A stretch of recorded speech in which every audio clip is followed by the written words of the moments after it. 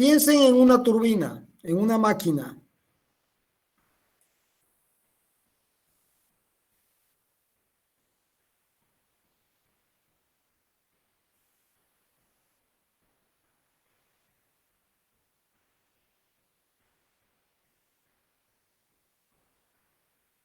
Piensen en la máquina que está rotando. Esta máquina puede trabajar con una potencia muy baja como esta y luego puede aumentar su potencia a este nivel y luego bajar a este nivel y luego subir a este nivel. ¿Es razonable meterle este diagrama de carga a una máquina? No.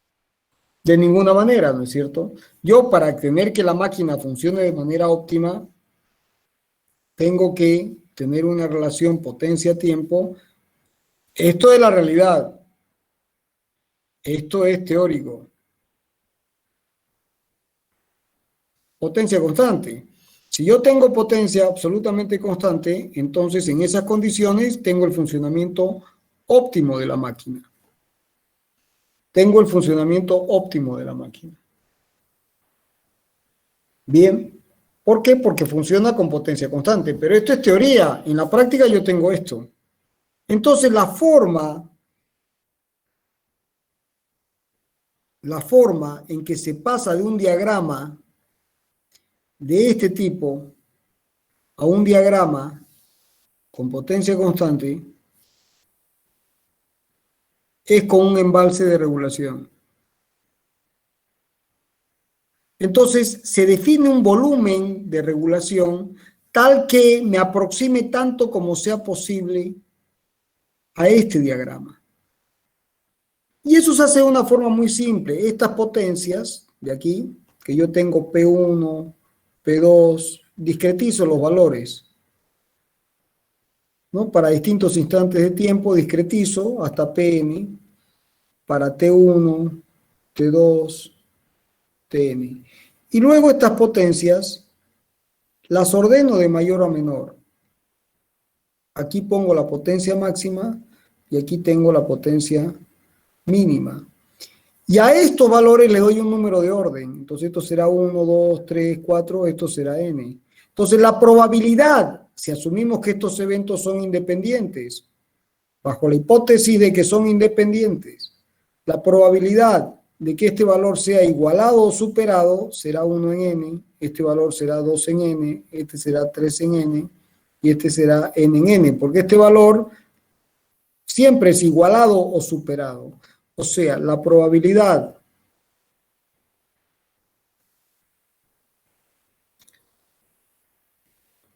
de que una potencia sea mayor o igual que un valor P0 es igual a K sobre N, siendo K un valor cualquiera. Bien, entonces esto permite construir, como ustedes estudiaron en probabilidades o en estadística, una curva de excedencia, donde aquí uno pone la potencia y aquí en lugar de poner el tiempo uno pone la probabilidad de excedencia, que vale entre 0 y 1, o si quieren en porcentaje, entre 0 y 100%. Y esta curva, en general, es así. Entonces, esta es la potencia mínima, que siempre es igualada o superada, y esta es la potencia máxima, que nunca es igualada o superada. Bueno, es igualada a ella misma. Entonces, ¿qué se hace? Este diagrama se lo transforma en un diagrama así.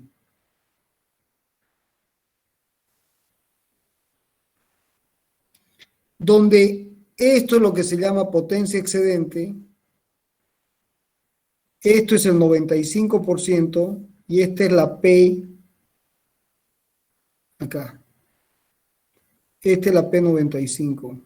O sea, esta es la potencia, la P95 es aquella potencia que tiene una probabilidad de que P mayor o igual que la P95 es igual al 95%. Entonces, esto es lo que se llama potencia excedente y esto es lo que se llama potencia de falla.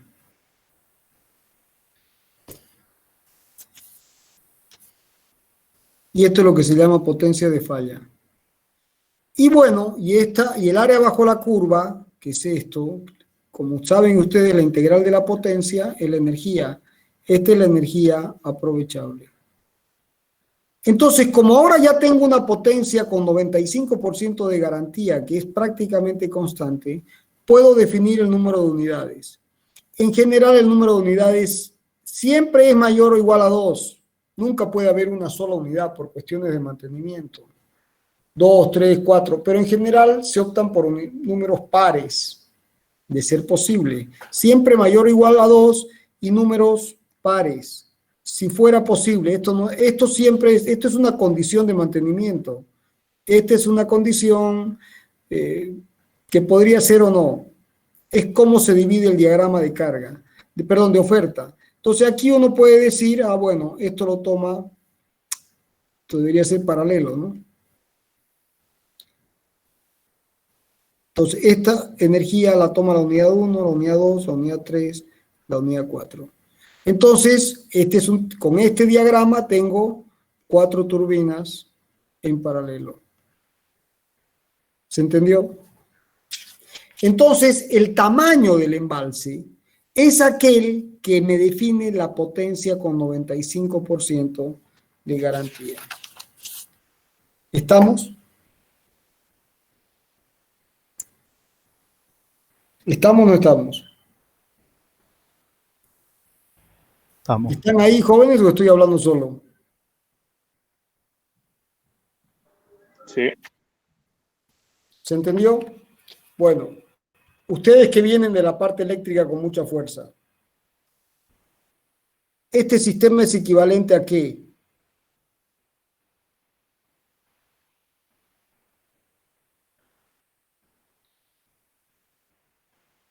¿Este sistema es equivalente a qué en electricidad? ¿El embalse a qué es equivalente? A una batería. A un condensador. Exactamente. Es equivalente a un condensador. Fíjense que el diagrama de corriente en un condensador, si ustedes grafican la corriente en función del tiempo, es así. Esto es a la entrada del condensador. Y a la salida del condensador, ¿cómo es? Así. Debería ser así. Bien, y eso uno lo logra con capacidad de almacenamiento. Entonces, fíjense que el caudal, metros cúbicos por segundo, es equivalente de la intensidad de corriente, coulombios por segundo o amperio. Bien, el volumen, metros cúbicos, es el equivalente de ¿quién? De la capacidad, faradios, o microfaradios o picofaradios. Y luego el voltaje, que es energía por unidad de carga, ¿no es cierto? Joule por coulombio, es el equivalente a ¿quién? A la altura, que es energía por unidad de peso. ¿Se entendió la similitud? Sí. Sí. Bien. ¿Qué más? ¿Qué más que no esté en el apunte, que requiere explicación? Bueno, la regulación de un río, jóvenes, no se logra con un solo embalse, porque es como tener si yo quisiera regular, tengo un río, por ejemplo, y lo quiero regular completamente, es decir, que si tengo este diagrama de caudales, en función del tiempo, y quiero obtener este caudal, ¿no? Tendría que usar un mega condensador, un mega embalse, ¿no? Entonces, ¿qué se hace? Si esta es la cuenca, entonces se pone un embalse aquí con una subcuenca, otro embalse aquí, con otra cuenca aquí, otro embalse aquí, con otra cuenca aquí y otra aquí con otra cuenca. ¿Estamos? Entonces aquí tengo un lago, aquí tengo otro lago, aquí tengo otro lago, y aquí tengo otro lago. Entonces, si aquí tengo una entrada, un diagrama que es así, aquí a la salida tengo algo más amortiguado. Entonces, este entra aquí y aquí a la salida tengo algo más amortiguado. Y luego este que entró aquí sale y aquí atrás, y aquí se supone que cómo es. Así. ¿Se entendió? Sí, se entendió. Bien, ¿qué más? Bueno, por último, el factor de planta es muy importante porque en las centrales hidroeléctricas se usan factores de planta que están en el orden de... Ese es otro problema también, jóvenes. O sea, por ejemplo, la central de Misicuni tiene... La central de Misicuni, jóvenes, ENDE, y tiene un factor de planta. Ahora vamos a ver bien de qué es, de 0,25. Y todo un escándalo cuando aquí en Rosita se quería tener un factor de planta de 0,56. No, porque ¿cómo? Es un factor de planta bajo, pero ellos sí pueden tener un factor de planta de 0,25. ¿Por qué? Porque les da la gana, porque viven de eso. Entonces, ¿cuál es el problema? ¿Qué es el factor de planta? Vamos a poner un ejemplo. ¿Cuántos focos tienen en su cuarto en este momento? Supongamos que este es el techo de su cuarto. 1. 1. ¿Está encendido o apagado? Encendido. Entendido. 1. ¿Alguien tiene 2 focos en su cuarto? Yo, dos focos. Uno para la lámpara, ¿no? Del escritorio. 2. No, 2 focos en el techo, vamos a suponer. ¿De acuerdo? Bien, entonces, si uno está encendido, si enciendo uno, ¿el factor de planta cuánto es? 0,5. Y si tengo 4 focos,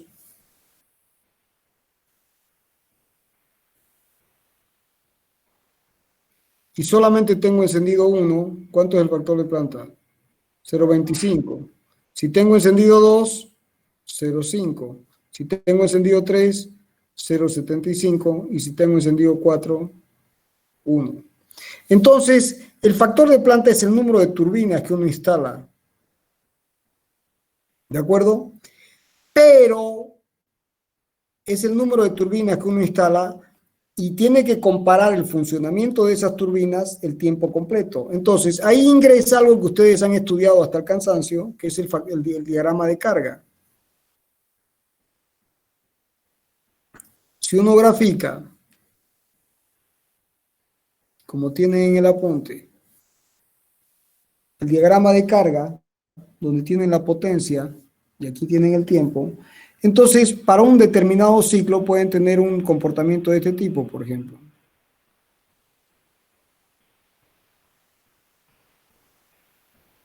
Bueno, ahí, ¿de acuerdo? Entonces la media es esta. Esta es la media. Entonces, esto es lo que uno tiene en general como la potencia instalada. Esta es la potencia instalada. O sea, el número de focos, 4, por ejemplo. Aquí están operando 4, aquí están operando 2, aquí está operando 1. ¿Se entiende el ejemplo? Entonces tengo la potencia instalada en la máxima, pero no por esa potencia no va a estar operando el 100% del tiempo. ¿De acuerdo? Entonces, no se olviden que en una central hidroeléctrica convencional, el factor de planta, que es la relación entre la potencia instalada respecto a la potencia media, es de aproximadamente 0,56. Digamos que entre 0,5 y 0,6.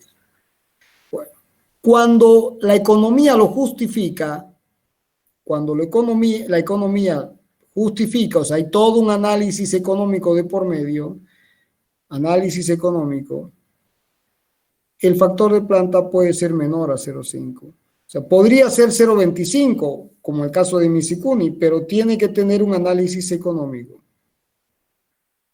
Si no hay un análisis económico que justifique, esto es imposible. ¿Estamos de acuerdo? porque no van a tener todo el tiempo o gran parte del tiempo 3 unidades paradas y una funcionando, porque han puesto 4. Bien. ¿Alguna pregunta?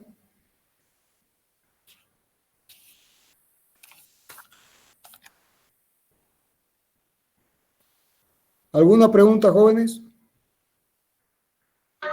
Disculpe, la generación no sale más barato, entonces cuando las máquinas están trabajando a plena carga, o sea, es un rendimiento máximo.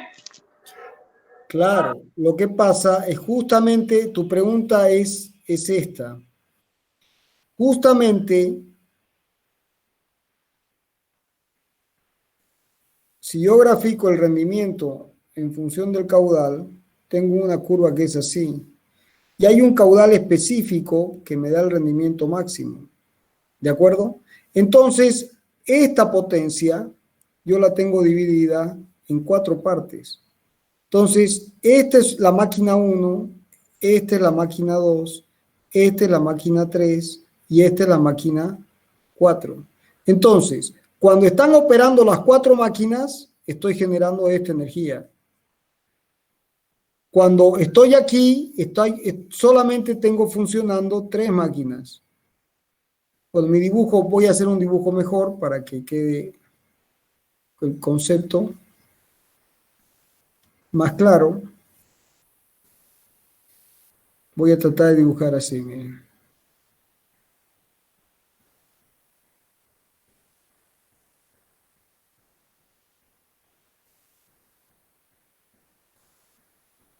Ya, ahí está.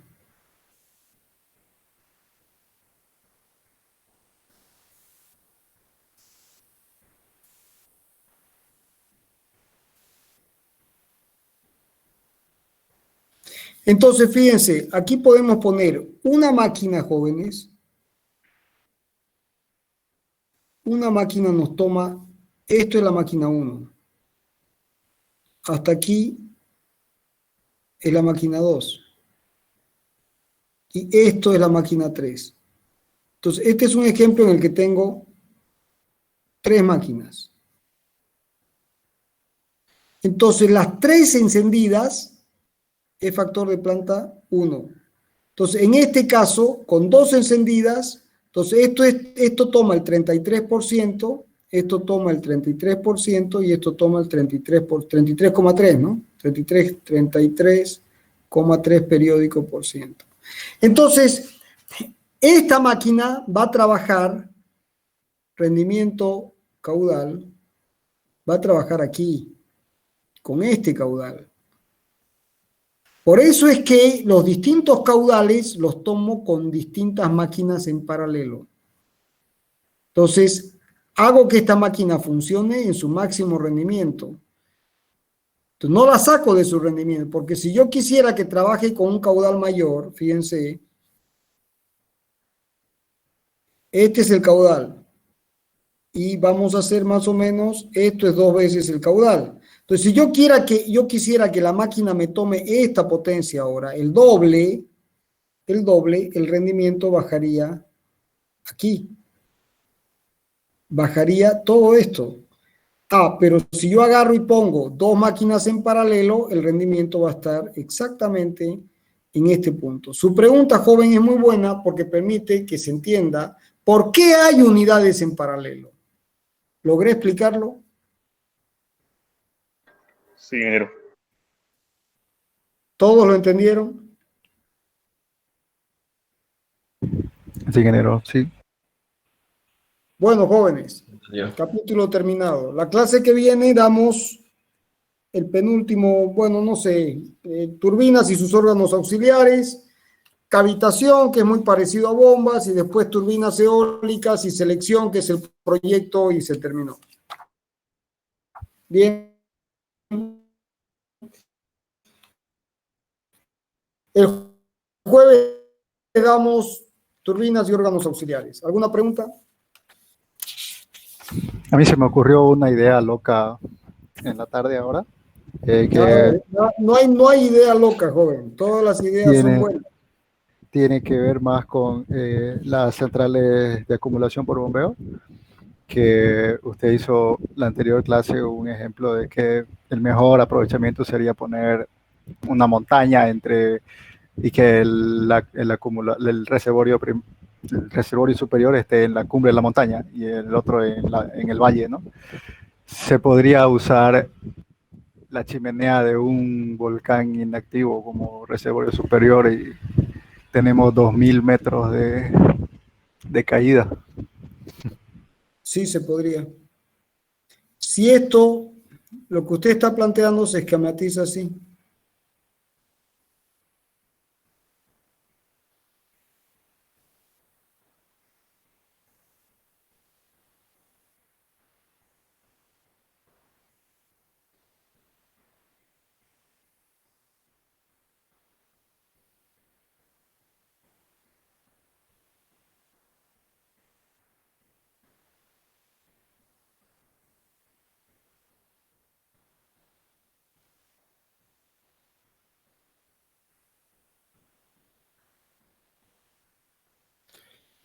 Y visto en planta tendríamos el volcán y aquí tendríamos las tuberías que bajan y aquí la central de bombeo y aquí la turbina, ¿no? Entonces turbina y aquí tendríamos que tener el reservorio. Entonces se turbina, va al reservorio y del reservorio va al volcán y aquí está el volcán que es esto. Y por supuesto lo que usted está planteando es que habría algún volcán, ¿no? Si dibujo el reservorio en vez de la central aquí. Esto es gratis, esto está hecho. O sea, si esto es impermeable, esto tiene que ser impermeable. O sea, para que funcione la idea loca, que es una buena idea, esto tiene que ser impermeable. Bien. Ahora, este desnivel, aquí yo voy a tener el embalse inferior. Este lo necesito, esto hay que construir o identificar. Y luego este desnivel es el que estás planteando que vale 2000 metros. Esto tiene que ser impermeable. El bocal tiene que ser inactivo. Pero hay algo mucho más importante. Que aquí no tienen que haber cenizas. Ausencia de cenizas. Y les voy a contar una historia espectacular con las cenizas. Espectacular. ¿Pero se entendió? Esto es lo que estás planteando, ¿no es cierto? Sí, eso. Bien, les cuento la historia espectacular de las cenizas. Sucedió en Ecuador hace muy pocos años atrás, hace menos de 10 años atrás. Voy a hacer un resumen de la historia, porque en realidad la materia ya, hay toda la parte teórica que es fundamentos, ya está, ahora vamos, son las mismas ecuaciones las que están en el apunte, no hay ningún cambio aplicado a turbina, entonces lo que cuenta ahora es un poco la experiencia, ¿no? Los casos reales. En Ecuador, que es zona volcánica, tienen un volcán activo, no me acuerdo el nombre, creo que es el Cotopaxi, pero no estoy seguro.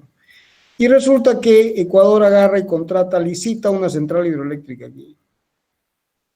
Y esa central hidroeléctrica la ganó una empresa que se ha hecho famosa en Latinoamérica por la corrupción, que es Odebrecht.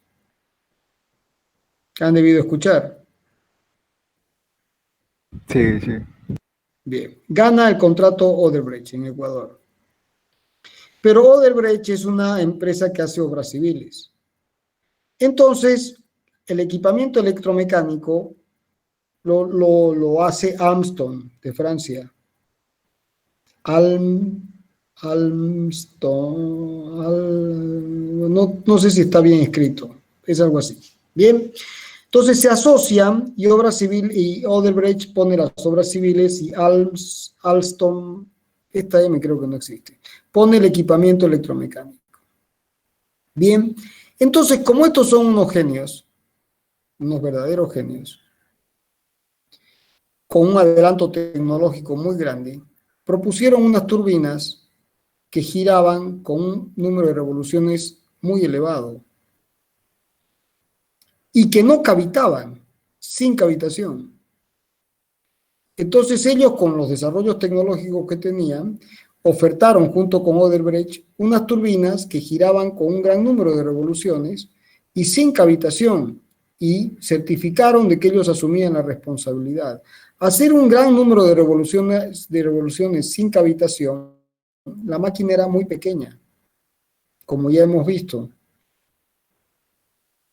Y al ser muy pequeña, era más barata. ¿Se entendió hasta aquí? Sí. ¿Todos lo entendieron? Sí, ingeniero. Sí. Bien. Al cabo de un cierto tiempo, hicieron funcionar la central, y al cabo de un cierto tiempo, los álabes de la máquina estaban completamente destruidos.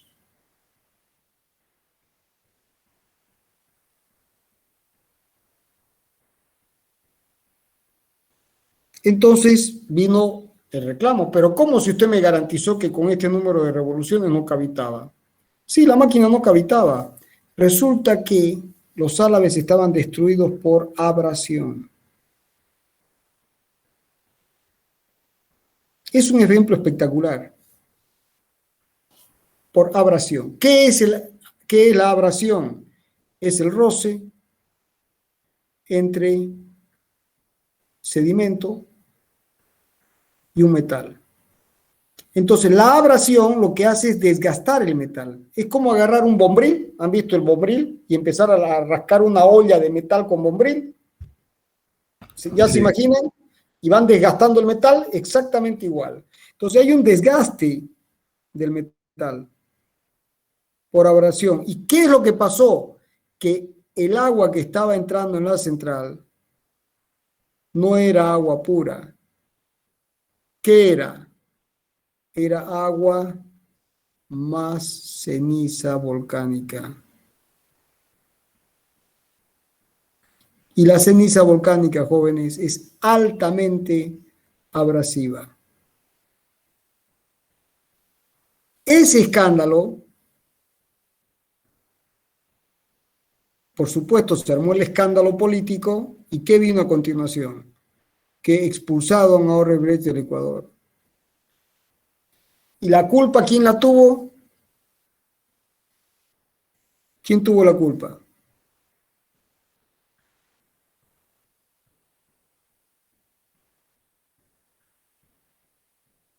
La ceniza volcánica.